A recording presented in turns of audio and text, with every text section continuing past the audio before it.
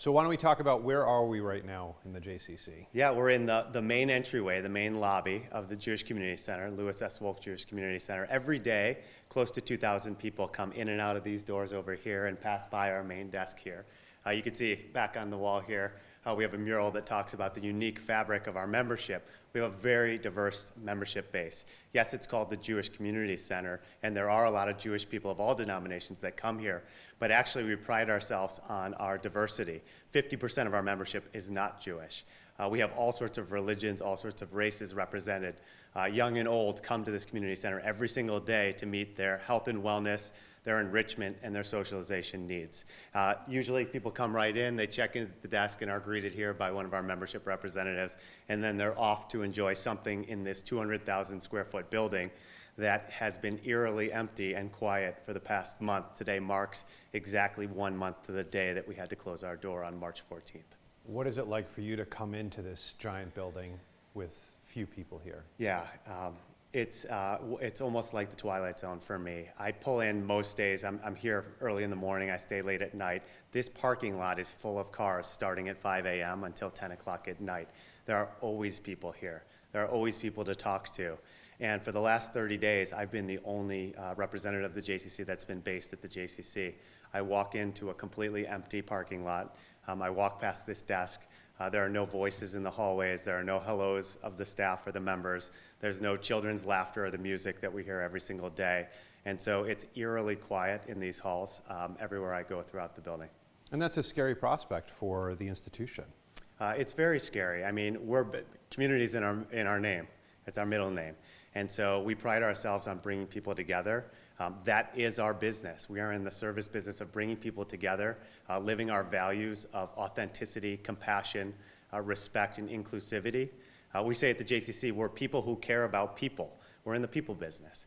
And so we've got a beautiful 50-year-old building. Obviously, it's a little bit weathered, but it's got a lot of beautiful nooks and crannies. And we need to fill it up with people and deliver services. And when you can't do that, you really don't have a business here every day. You're talking about the operating costs. They're huge, and fortunately the donors have stepped up to help to a certain degree. How far does that get you? I know we're learning as we go here, but how far does that get you? Yeah, so let's talk about a not-for-profit and a community setting in particular. Typically, we have a $13 million annual budget, and that really runs 5 core businesses: health and wellness, our early childhood, our camping business, our arts and culture, our theater, our book, and our film festival, and then our Jewish life programming. So 5 different businesses, $13 million. And every year, we're around balanced for that operating budget. So we're not throwing off all of this cash to cover a period of time when we're not bringing in member revenues or program revenues. We do have some debt because we did a major capital project, so we also have some interest that we owe to the bank, and we also have capital needs that we have to invest in a 50-year-old building. So at the end of the day, if all of a sudden on March 14th you turn off your revenue sources, for the most part, and we'll talk about where the revenue is coming from, you're stuck with literally a $500,000 expense line item that isn't primarily covered by your everyday operating costs. Now, someone might ask, how is it $500,000? So yes, we've turned down the heat, we've turned down the lights. There are minimal operating expenses, but unfortunately and fortunately, we have a great big staff. And whether we pay the salaries or we are uninsured, we actually cover the unemployment insurance for our staff. So whether they're employed or they're furloughed, the JCC has a significant burden, several $100,000s per month, just for staff salaries and health benefits for the staff. So at the end of the day, you've got a $400,000 to $500,000 burn rate with minimal revenue sources. What was that like to furlough the staff? That was a tough conversation. Oh my gosh. So, I pride myself on the staff, the team we've built, living our values. And I came in 18 months ago, and that was really my primary objective, was to create a purpose. At the JCC, we fill the tent with light and we welcome all to shine.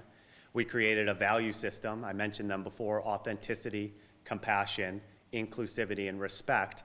And we all live those values. We hire to those values, we reward and recognize those values. And so looking my staff in the face who's rallied together and lived our values, and having to say, I'm so sorry, for the moment in time while we're figuring out the business and literally weathering the storm, you're gonna have to wait in the wings and wait on the sideline. It was the hardest day of my career, hands down. One of the beautiful things about the staff has been the outpouring of support. They've reached out directly and said, we understand primarily why you made this decision. And many of them said, I only wish I could wake up Monday mornings and come and help fight the cause to get the doors back open. So it's my charge to work tirelessly, my board of directors, the senior staff that is still working daily, to figure out a model to get the doors back open as soon as it's safe, so that we can bring staff back and we can start launching programs on the other side. What does that look like on the other side? Yeah, so it's a great question. And Adam, I wish I had the answer where I could say it's going to look just like this. I mean, I've been in the business of building businesses my entire career. And it was easy to say, here's a consumer need, let's go build a business around it. I think every day we listen to the news, we're trying to find out what are the needs people are going to have when they come out the other side. Yeah, it's going to be health and wellness and entertainment and socialization. But in the new reality, what is that going to look like? And so you've got to build scenarios and ideas for almost the unimaginable. People don't want to come within 6 feet of each other, but they want to work out in a group fitness class. How are you going to make that work? And so we've formed strategic task forces around our core businesses that are creating new business models, ways that we can actually monetize our business so we can afford to run the agency, but that actually accept the new realities of society. And so there's lots of different scenarios being worked on, and it's happening at breakneck speed, which is the other thing. Typically when you innovate, it's more of an evolution. You know, over time something becomes obsolete and you start working on a new solution. Here we are on April 13th, essentially trying to create a business model that may go in effect on May 15th, and it's from scratch. So we've got to have scenarios for May 15th, July 15th, and September 15th with all the unknown. One thing that I've noticed is you've been very realistic with people too. There's no guarantee, right? There's no guarantee that this continues. There's a hope and people are stepping up, but that's the reality we live in. Yeah, look, I mean, I have every intention that our doors are going to open again. I was actually in 1975 in the very first preschool class in this building. I spent my entire life here. I can't imagine life in Rochester. I can't imagine Jewish life in Rochester without a central hub of Jewish life, the Jewish Community Center. You know, that being said, if this goes 6 months, if this goes 9 months, if this goes 12 months, we have had some early relief. We do have some strategies for funding, but at some point, who knows how long this is going to go on for. And so we're just going to keep fighting the fight. We're going to keep raising money, applying for loans, looking for creative solutions to leverage our assets, and at the end of the day, building financial models that can help us sustain as long as we can without having a member base that's actively walking through the doors and scanning in every day. What's the ideal situation for you right now? The realistic one? I was going to say the ideal one is I wake up, my wife pinches me, and it was a 30-day dream that I was having. So that would be the ideal situation. Yeah. I mean, you know, it's hard to say. I would say that, you know, by June 1st, we've got some relief where it's safe for people to be, you know, out and about. They're safe to come to a building. We're building some model for health and wellness and arts and culture and camping and early childhood that takes social distancing into consideration. One of the beautiful things about our facility, it's 200,000 square feet. That's a big facility. Mm-hmm. So it allows us to actually spread out a little bit to the extent we need to. And so an ideal model would be, you know, as we move into June, July, over the summer, we're starting to bring people back. We're allowing them to get back into their routines and do it in this new model. And I guess ideally by September 1st, we're back to doing business as we knew it, but probably with some tweaks based on the current environment. So now we're in JCC's Hart Theater, one of the liveliest places normally, and how telling the set behind you was for a play that never went on. They say on Broadway the show must go on, and unbelievably this is a case where the show did not go on. This is the set of Sweat, a Pulitzer Prize winning play that we got the rights to about an industrial town in Reading, Pennsylvania, and the struggles of a factory that closes, coincidentally. It was supposed to go on March 21st and run through April 5th, and in this case, we have indefinitely postponed the play. For months leading up to it, every night in our auditoriums, the cast would be here. I'd be leaving at 9, and I'd pop in and say hi. It was coming together so nicely, and they were so excited. We are exploring whether we could do a Zoom version of the play Sweat with the 9 characters on camera on the different camera screens, and we're going to see if we can do that. But unfortunately, the show did not go on. This also makes me think about the kids. A lot of kids come here for the children's theater, and you guys have the Wolk School, you have camp. Out of all the groups that you'd like to see come back, do you think the kids perhaps would be the best at this point? Well, there's a huge need with the kids. Obviously, parents need to go to work.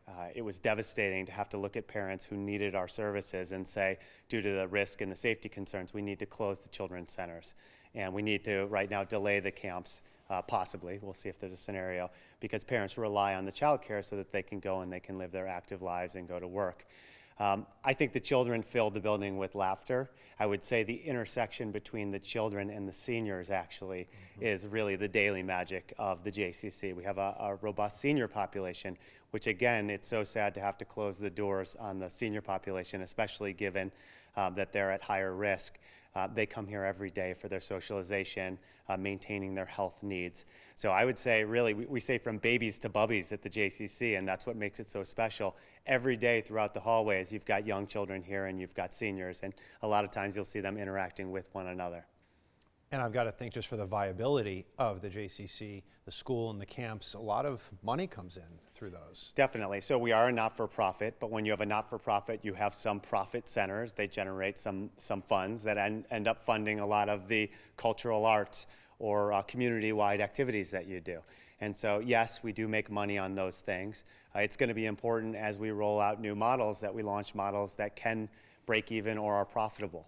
And we're going to have to look at it business by business. On day one, we may not be able to just open 17 rooms of childcare again, because the demand may not be there on day one. So how do you roll it out? How do you find out from your parents who's interested and feels comfortable sending your kids again back to school, and then form classrooms around the number of kids that you have? Those are all the types of conversations in the business modeling that we're thinking about. How do you take a fitness center that's so expansive yet has so many machines on top of each other and close to each other and create social distancing so that people can come back in and get their health and wellness needs without having to be so close proximity to one another? Those are all the new realities and the new challenges that we have to figure out. How do you take a beautiful 300-seat theater that is mostly sold out, whether it's a center stage adult play, whether it's a Tykes children play? In fact, the last weekend before we closed, I came to a packed theater to see Flat Stanley, and it was full of grandparents and parents and children right here as Flat Stanley was up on the stage. Well, now in the new reality, if people don't want to sit next to each other in a 300-seat theater on day one, how do you open a theater and how do you do cultural arts? And we'll have to figure that all out. So those are the new realities and the new challenges that we're faced with. All right, speaking of the fitness center, we'll head over there now. Thank you. Works, all right. So we're in the fitness area now. As you know, and we've talked about this during the fundraisers and whatnot, the JCC is more than just a gathering spot, is more than just a fitness area. Yeah, we're standing right here in the Champions Fitness Center, our brand new fitness center. It's a little bit eerie to be in here and not have people working out on the machines. But the JCC is definitely a gym, and it definitely is a camp, and it definitely is a theater, and it definitely is an early childhood facility. But it's also a Jewish community center. It's a central hub of Jewish life. It's a place where Jews of all denominations come to interact, to live Jewish values. It's a place where Jews and non-Jews come together and understand one another. In fact, I would argue that a Jewish community center helps to break down a lot of barriers between communities. And at our JCC in particular, we pride ourselves on our diversity. We pride ourselves on knowing that we can understand Islam or we can understand Christianity. At the same time, we can be in a Jewish community center that has a kosher deli and that takes off the Jewish holidays or has Israeli dancing going on in one of our dance studios. And that's what makes our community so beautiful. Yeah. And I think a lot of the members are picking up on that or are being reminded of that, and they're donating. They are giving of themselves to make sure that this lasts. Yeah, we spoke a little bit about this earlier, that unfortunately our revenues from memberships and from early childhood, the camp that's coming up, now that they've been turned off, they don't offset our costs. And we are a 111-year-old organization. This is our third location in Rochester. And we've weathered a lot of storms, whether it was the Great Depression, whether it was World War II, whether it was 2008 financial crisis. This one caught us off guard. There really wasn't a scenario, there wasn't a playbook that says, imagine that you can't open your doors for now 30 days going on, question mark. And so we did reach out to our community. And it really started with the people closest to our organization, our board of directors, our major donors from the past, that said, we can't let this organization not come out okay on the other side. And it started with some big gifts, and it quickly became a rallying cry amongst the broader community. And in a 2.5-week period, we were fortunate enough that to date, we've generated $1.2 million.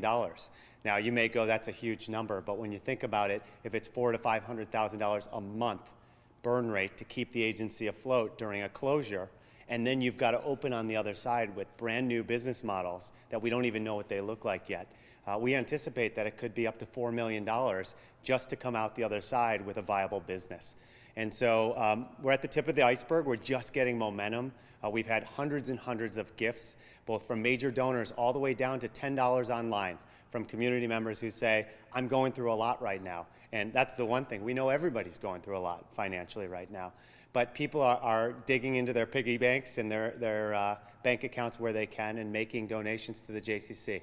We're very fortunate that we serve so many people, so many diverse people that care about this organization that are rallying around it right now. Do you think that in that way there might be even a more tight-knit feeling around the JCC after, because those who paid will feel invested, and those who didn't might feel supported by others because they have a place to go that might have otherwise disappeared? Yeah, I think so. I think everybody's chipping in and doing their part right now. And not only are they giving money, they're giving suggestions. I get emails every single day and phone calls of, have you thought about XYZ?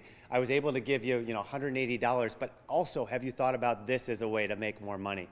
We did ask our members who were able to continue their memberships, and we're going to do our best to provide value during the closure. We've got online content. We've got workout classes and camp sing-alongs online right now, and there'll be more of that. But to the extent that people are able to help, we're asking that they do, whether it's volunteering, making a phone call, providing content, whatever it might be. What else would you like to add? What have we missed? Oh gosh, what have we missed? There's a couple things that we've missed. So it's not just about donations, it's not just about member dues. We are looking at other sources of funding too, and that's a question I get often. We've heard about this new stimulus package. How is the JCC tapping into that? We are applying for some of the relief packages. The PPP SBA loan we applied for over $1 million. There's something called the EIDL loan that we're exploring extensively. We're exploring some of our assets and how we leverage those, whether we sell off a piece of land if we can during these conditions. We recently did purchase some new land, or whether we come up with a new debt restructuring plan for some of the debt that we have. So we're looking in other areas to help with our finances. No stone is unturned right now. I can tell you that right now. Yeah, very good. And you had mentioned babies to bubbies before. A significant portion of your membership are people who are vulnerable to this particular virus, and they're going to need support not just now, but afterwards. Absolutely. We have a lot of senior population that is here. We know it's killing them not to be able to come here. We have several groups that meet here for their weekly meetings. We have a class called Men in Transition. We have one that's current events.